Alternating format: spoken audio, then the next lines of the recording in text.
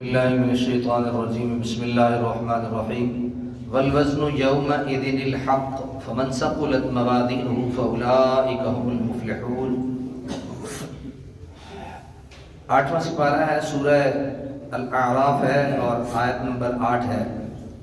اللہ کریم ارشاد فرماتے ہیں والوزن یومئذ الحق، اور اعمال کا تولنا اس دن برحق ہے، اس دن اعمال کو تولا جائے گا، اس دن اعمال کو۔ اب آپ کی ڈیوٹی شروع ہو گئی ہے نا، ہم نے تو جو قرآن پڑھنا تھا پڑھ لیا، اب آپ بولے اعمال کو کیا کیا جائے گا؟ تولا جائے گا۔ شاباش۔ فمن ثقلت موازینہ، بس جس کے بھاری ہوئے ترازو، جس کے بھاری ہو گئے ترازو، فاولئک هم المفلحون، تو وہی لوگ کامیاب ہونے والے ہیں۔ وہی لوگ کیا ہیں؟ سبحان اللہ کہہ دیجیے۔ یہ ابھی ہم اپنے ترازوؤں میں، یہ جو تراویح ہم نے ادا کی ہے، یہ اپنے ترازوؤں، نیکیوں کے ترازوؤں کو بھاری کرنے کے لیے پڑھی ہے، تاکہ نیکیاں زیادہ ہوں اور برائیاں کم ہوں۔ اب اس میں دو جماعتیں ہیں، ایک معتزلہ ہے اور ایک اہل سنت والجماعت ہے۔ معتزلہ کی رائے اور ہے اور اہل سنت و جماعت کی رائے اور ہے۔ اب سن لیجئے، اعمال کے وزن سے کیا مراد ہے؟ یہ پہلا سوال ہے۔ دوسرا سوال ہے کہ میزان کی شکل و صورت، یہ ترازو کی شکل و صورت کیسی ہوگی؟ یہ دوسرا سوال ہے۔ کس چیز کا وزن کیا جائے گا؟ یہ تیسرا سوال ہے۔ اعمال کا یا ان صحائف کا جن میں اعمال مرقوم ہوں گے، یعنی ہمارے اعمال جن میں جو لکھے جائیں گے، ان صحائف کا وزن کیا جائے گا۔ ان سوالوں کے متعلق کتب تفسیر میں لمبی چوڑی بحثیں کی گئی ہیں۔ نمبر 1، فرقہ معتزلہ، یہ ایک معتزلہ ایک فرقہ ہے۔ اب پہلے اس کی رائے پیش کرتے ہیں۔ رائے یہ ہے کہ اعمال اعراض ہیں، ان کے مادی اور محسوس اجسام نہیں، ان کو ٹٹولا نہیں جا سکتا، ان کو محسوس نہیں کیا جا سکتا، یہ عروض ہیں، عرض ہیں، بس یہ بغیر وزن کے، بغیر تول کے، بغیر چیز کے ایسی چیز کا نام ہے، اس لیے ان کا وزن کیا جانا ناممکن ہے۔ اب ہوا کا کیسے وزن کیا جائے؟ ناممکنات میں سے بعض چیزیں ہیں نا، لیکن ہوا پھر ماپی جاتی ہے، ہوا پھر ماپی جاتی ہے۔ وہ کہتے ہیں اعمال کا وزن نہیں کیا جا سکتا۔ نیز جب اللہ تعالیٰ ہر شخص کے اچھے اور برے اعمال پر خوب آگاہ ہے، تو پھر انہیں ترازو میں رکھ کر تولنا اور یہ دیکھنا کہ نیکی کا پلڑا جھکتا ہے یا برائی کا، یہ سب تکلف محض ہے۔ یعنی جب اللہ جانتا ہے، پھر تولنے کی ضرورت کیا ہے؟ پھر یہ دیکھنا کہ نیکیاں کس کی زیادہ ہیں اور برائیاں کس کی زیادہ ہیں، یہ تکلیف میں پڑنے کے برابر ہے۔ اس لیے وزن کا جہاں جہاں ذکر ہوا ہے، معتزلہ کے نزدیک اس کا مطلب عدل و انصاف سے فیصلہ کرنا ہے، لیکن علماء اہل سنت، اب اہل سنت و جماعت کی رائے یہ ہے کہ ان کی اس رائے کو غلط اور فاسد قرار دیتے ہوئے فرمایا کہ اگر اس طرح تعویلات کا دروازہ کھول دیا جائے، یعنی تعویل، عقلی تعویل کرنا کسی چیز کی کھول دیا جائے، تو پھر ہر چیز میں تعویل ہو سکتی ہے۔ شیاطین، یہ جو شیطان ہے، اور جنات، ان سے مراد اخلاق مذمومہ لے لیے جائے، اور ملائکہ سے مراد صفات محمود لے لی جائے، اور صراط سے مراد دین حق لیا جا سکتا ہے۔ جنات دیکھیں نہیں نا، ان کو سمجھ لیا جائے یہ بری چیز کا نام ہے۔ ملائکہ نہیں دیکھے، یہ سمجھ لیا جائے کوئی اچھی چیز کا نام ہے۔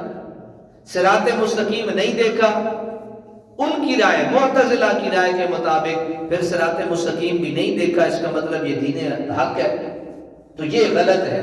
یہ کیا ہے؟ غلط ہے۔ حالانکہ سلف صالحین، صحابہ کرام اور تابعین نے اس قسم کی تعویلات کو ہرگز اختیار نہیں کیا، وہ اس قسم کی تعویلات اختیار نہیں کرتے۔ نیز اعمال کے تولنے کی غرض و غایت یہ نہیں کہ اللہ کو معلوم ہو جائے کہ فلاں شخص کی نیکیاں اتنی ہیں اور برائیاں اتنی، اس سے مراد یہ نہیں کہ اللہ جانتا نہیں ہے کہ اللہ جان لے، اس سے یہ مراد نہیں، بلکہ اس کا مقصد یہ ہے کہ وہ حقائق جو اللہ تعالیٰ کے علم میں پہلے سے موجود ہیں، ان کو آشکارا کر دیا جائے اور ہر خاص و عام کو اپنے اعمال کی حقیقت پر مطلع کر دیا جائے۔ اس سے مراد یہ نہیں کہ اللہ جاننا چاہتا ہے کہ کس کے اعمال کتنے ہیں، اس سے مراد یہ ہے کہ کسی کے سامنے اس کے اعمال کا وزن کر کے اس کو دکھا دیا جائے کہ تیری نیکیوں کی طاقت اتنی تھی اور تیری برائیاں اتنی باری تھی، یہ دکھانا مقصود ہے۔ ایسی پیچیدگیاں اور الجھنیں پیدا ہونے کی وجہ یہ ہے کہ عالم غیب کی جن حقیقتوں سے ہم کو آگاہ کیا گیا ہے اور تقریب فہم کے لیے ان کو بعض ایسے عنوانوں سے تعبیر کیا گیا ہے جن سے ہم مانوس نہیں، تو ہم اپنے ذہنوں کی تنگ دامانی کے پیش نظر عالم غیب کے ان حقائق کو بھی ان محسوس قالبوں میں ڈھالنے لگتے ہیں جن کے ہم عادی ہیں، اور اس طرح قسم قسم کی الجھنوں کا شکار ہو جاتے ہیں۔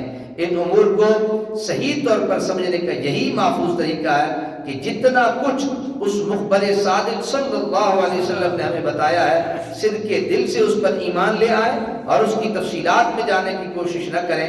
قرآن نے بتایا کہ اعمال کا وزن ہوگا، اس کے لیے ترازو رکھا جائے گا، اور سنت صحیحہ نے بتایا کہ اس میزان کے 2 پلڑے ہوں گے، ہم اس پر بے چون چرا ایمان لے آئیں۔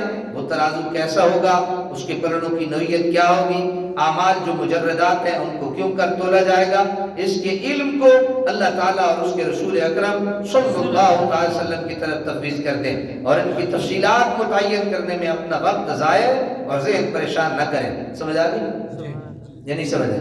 میں عرض کر دیتا ہوں اختصار کے ساتھ۔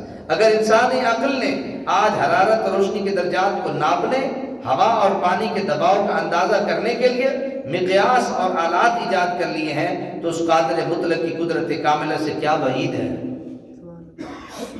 بھائی باقی چیزوں کا وزن تم کر لیتے ہو، ہوا کو ماپنے کا بھی آلہ تم نے بنا لیا ہے، تم یہ کام کر سکتے ہو تو رب العالمین یہ نہیں کر سکتا۔ اور دوسری جو اہم ترین بات وہ یہ کہ قرآن میں اللہ نے کہا کہ وَالْوَزْنُ يَوْمَئِذٍ الْحَقُّ، کیا ہوگا؟ وزن کیا جائے گا۔ فَمَنْ ثَقُلَتْ مَوَازِينُهُ، جس کا ترازو بھرا ہو جائے گا، فَأُولَٰئِكَ هُمُ الْمُفْلِحُونَ۔ اب دونوں چیزیں آ گئیں، وزن بھی کیا جائے گا، ترازو بھی ہے۔ اب اس کے پلڑے کیسے ہیں یہ نبی پاک نے بتا دیا سنت الہیہ میں، حدیث نبوی میں۔ تو بہت ساری چیزیں ایسی ہیں کہ جن میں اپنی عقل کو الجھانے سے بہتر ہے جیسا اللہ نے اور اللہ کے نبی نے ہمیں بتایا ہے، ہم منو عن اسی کو مان لیں، یہ ہمارے لیے کیا ہوگا؟ صرف بہتر نہیں، بہترین ہوگا۔ ہمیں کیا ضرورت پڑی ہے؟ ہم یہ سوچتے رہے جنت ایسی ہے، جہنم ایسی ہے، وہاں کوئی آگ ہوگی، وہاں کوئی پھل ہوں گے، وہ سوچنے کی ضرورت نہیں۔ جب اللہ نے کہہ دیا وہاں بھی نعمتیں ہوں گی، وہاں عذاب بھی ہوگا، تو سوچنے کی ضرورت نہیں، بس بچنے اور بچانے کی ضرورت ہے۔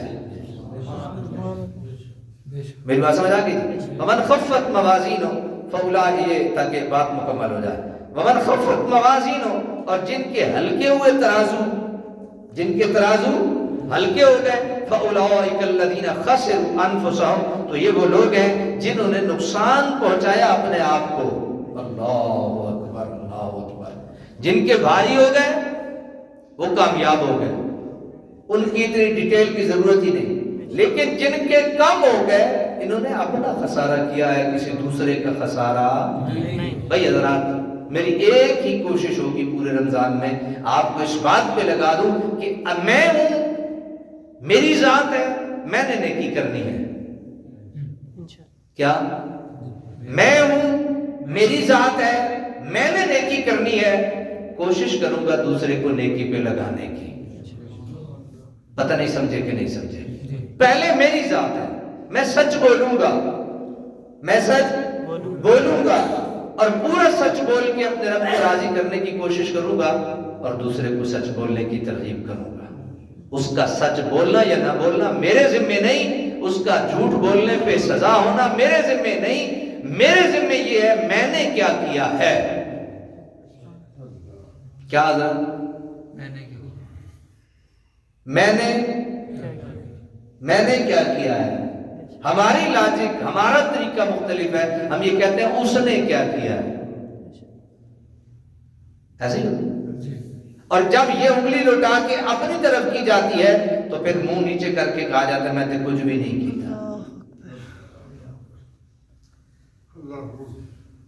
اس نے کیا کیا ہے پلٹ لیجئے اس رمضان میں نے کیا کیا ہے، یہ ہر وقت اپنی ہتھیلی پہ یہ جملہ لکھ کے رکھ لے، میں نے کیا کیا ہے، اپنے آپ سے حساب لیتے رہے، محاسبہ کرتے رہے، احتساب کرتے رہے اپنی ذات کا۔ ہم کیا کرتے ہیں، ہم کن کا احتساب کرتے ہیں؟ دوسروں کا۔ ہم احتساب کرتے ہیں حکمرانوں کا۔ مجھے وہ میں نے کلپ سنا ہے حضور سیدی شیخ الاسلام رحمۃ اللہ تعالی علیہ کا، جس میں آپ حضرت مولا علی کرم اللہ وجہ الکریم کا جو ہے وہ ایک قول نقل فرماتے ہیں۔ آپ فرماتے ہیں اعمالکم عمالکم، جیسے تمہارے عمل ہوں گے ویسے تمہارے حکمران ہوں گے۔ حکمران بعد میں آتے ہیں، عمل پہلے آتے ہیں۔ پہلے ہماری بدعمالیاں آتی ہیں، پھر ہم پہ وہ ایسے برے جو ہے وہ مسلط ہوتے ہیں۔ سمجھا لیا؟ تو کیا ہو گیا، خاسروا انفسہم، کسی دوسرے کا نقصان نہیں کیا، کسی دوسرے کا نقصان نہیں کیا۔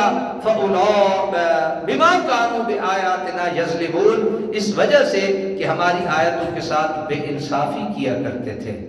ہماری آیتوں کے ساتھ کیا کیا کرتے تھے؟ کیا کیا کرتے تھے؟ بولیے۔ کوئی بندہ ایسا ہے جو تھک گیا ہو؟ نہیں، میں دل سے پوچھ رہا ہوں جی، نہیں تھکے؟ اگر نہیں تھکے تو یہ ایمان کی علامت ہے۔ یہ قرآن ہے۔ دو باتیں ہم نے آج سیکھ لی، پلڑا بھاری ہو گیا بس کامیاب ہو گیا۔ اچھا مزے کی بات، جہاں اللہ تعالیٰ نے نوازنا ہوتا ہے بات چھوٹی کر کے نواز دیتا ہے۔ وَمَنْ ثَقُلَتْ مَوَازِينُهُ فَأُولَٰئِكَ هُمُ الْمُفْلِحُونَ، بات ہی ختم ہو گئی۔ جن کے بھاری ہو گئے وہ کامیاب ہو گئے۔ جن کے بارے میں تھوڑا خسارے کا، نقصان کا خدشہ ہوتا ہے، پھر اللہ تعالیٰ بات طویل کرتے ہیں۔ وَمَنْ خَفَّتْ مَوَازِينُهُ فَأُولَٰئِكَ الَّذِينَ خَسِرُوا أَنفُسَهُمْ بِمَا كَانُوا بِآيَاتِنَا يَظْلِمُونَ۔ ایک اور بات بھی سن لیجئے، جہاں کامیابی ہوتی ہے وہاں کامیابی کی وجہ بہت کم بتائی جاتی ہے، جہاں نقصان ہوتا ہے وہاں نقصان کی وجہ زیادہ بتائی جاتی ہے۔ پیچھے نہیں بتایا کہ تمہاری یہ جو کامیابی ہے اس کی وجہ کیا ہے، کہا بس ترازو کا پلڑا بھاری ہو گیا تم کامیاب ہو گئے۔ لیکن جب بات آئی نا خسارے کی تو پھر فرمایا یہ خسارہ تمہاری اپنی وجہ سے ہے، اور اس وجہ سے ہے کہ تم نے ہماری آیتوں کو جھٹلایا ہے۔ اللہ کیا کہتے ہیں، لعنت اللہ علی الکاذبین، یہ ایک آیت ہے اللہ تعالیٰ کی کہ جھوٹے پہ اللہ کی کیا ہے، لعنت ہے۔ اب ایک بندہ جانتے بوجھتے اسے پتا ہے کہ اللہ کی لعنت ہے جھوٹے پہ، وہ جھوٹ بولتا ہے تو اس نے اللہ کی آیت کو جھٹلایا یا نہیں؟ جی اللہ کہتے ہیں وَلَا تَقْرَبُوا الزِّنَا إِنَّهُ كَانَ فَاحِشًا، زنا کے قریب نہ جائیے، یہ برا کام ہے۔ اب ایک بندے کو علم ہے یہ اللہ کا پاک کلام ہے، یہ اس کی آیا ہے، اور وہ اس کے باوجود زنا کی طرف رغبت کرتا ہے، تو پھر سن لیجئے اس نے اللہ کی آیت کا انکار کیا ہے۔ جو اللہ کی آیت کا انکار کرتا ہے وہ خسارے میں ہے، جو خسارے میں ہے کل اس کا پلڑا جو ہے وہ کم ہوگا، اور جس کا پلڑا کل کم ہوگا وہ اللہ کی بارگاہ میں ناکام، خائب اور خاسر اور نقصان میں ہوگا۔ پہلے یوں چلے پھر واپسی پہ یوں چلے۔ اب آپ کو سمجھ آ گئی کہ یہاں سے چلیں گے ساری بات ہے ہی میری، ساری بات ہے ہی میری۔ اللہ تبارک و تعالیٰ اپنے حبیب کے صدقے میں ہمیں عمل کی توفیق نصیب فرمائے۔ ایک